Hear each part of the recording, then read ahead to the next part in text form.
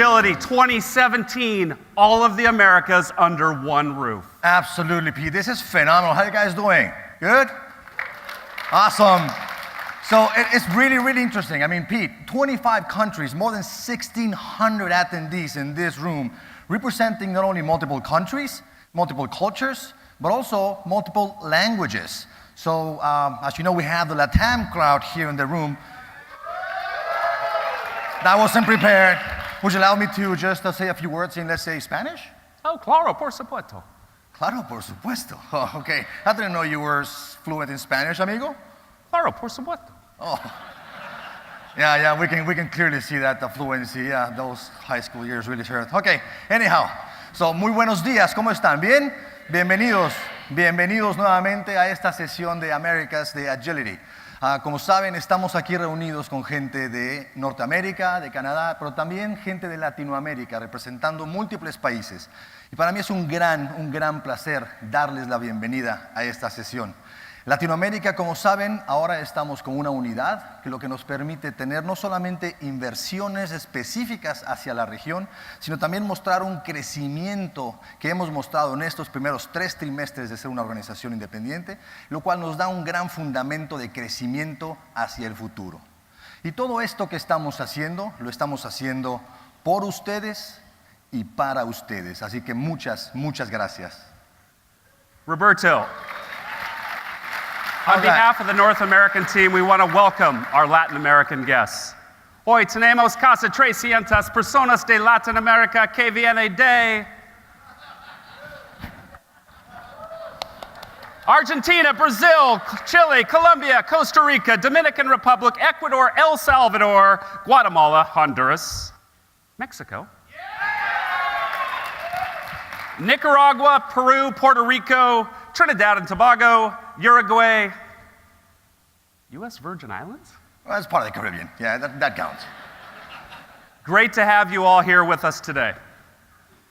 And on behalf of the Latin American team, I'd like to also welcome the entire folks from North America and Canada who are really helping us put this thing together. It's extremely important for us to be part of this and surrounded by all this huge talent of really talented folks coming in from the public sector, the telco, and the retail space. So thank you very much for being here again. As Ben mentioned, Agility has evolved from an education platform to actually a community and collaboration event as well. Roberto, speaking of which.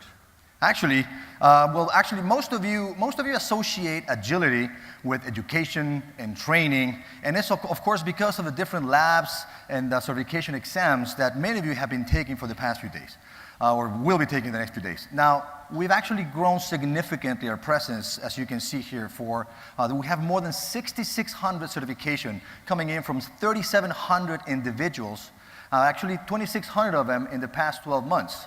Now, this Agility, we have more than 65% growth in terms of registrations for exams, and I know you guys have been preparing for them. So it's again another proof of the value that you see by coming here and taking these certifications.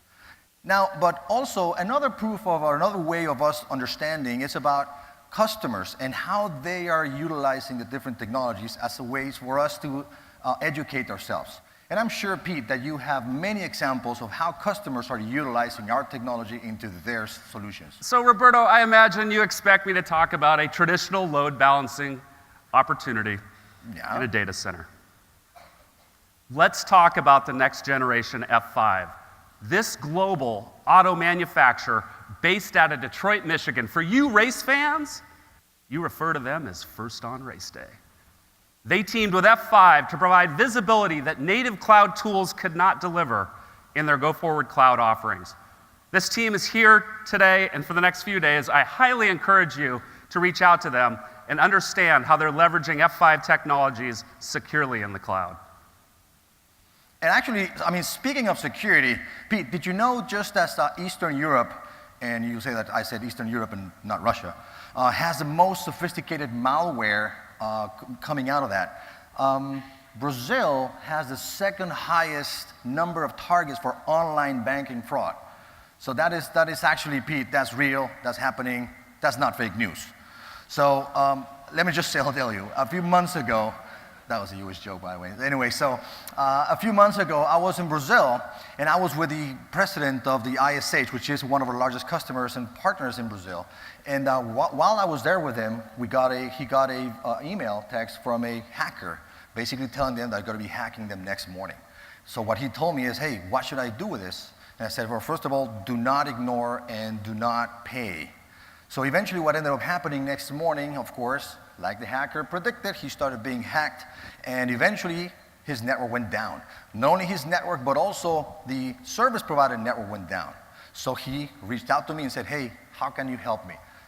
Guess what? We just plugged in Silverline, which is, as you know, our solution, and we started monitoring the situation, and within a couple of hours, the network was brought back up.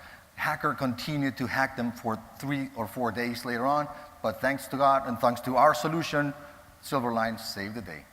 Great win. But I'll see your ransomware, and I will raise you a Big Four accounting firm. E&Y needed a customer-facing, clientless VPN solution in the public cloud. Not only was F5 the only person to partner with so they could deliver this solution, but it also tied directly into their SAML 2.0 authentication platform. E&Y continues to leverage F5 in their next generation cloud offerings. Now, Pete, all this talk about security, money, accounting, and cloud actually make me think of the SAT, which is the equivalent of the IRS in Mexico. And what we did with them is we implemented a very, very large WAF implementation in Azure. These guys basically wanted to implement a public solution, a public cloud implementation as a differentiator to be able to provide their taxpayers with a consistent digital experience. They were able to implement this thanks to the speed of implementation, the ease of adoption, the bursting traffic capabilities, and last but not least, all this in a secure environment. Again, as I mentioned, providing a consistent taxpayer digital experience.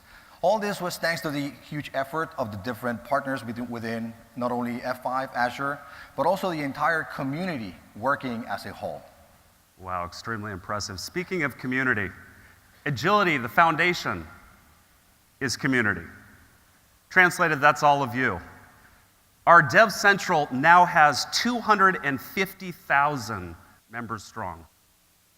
Here in Chicago, we invited our top 14 global contributors to Dev Central, and I'm proud to say we have 9 of them here today. On behalf of the 4,516 employees at F5, thank you for your tireless contributions.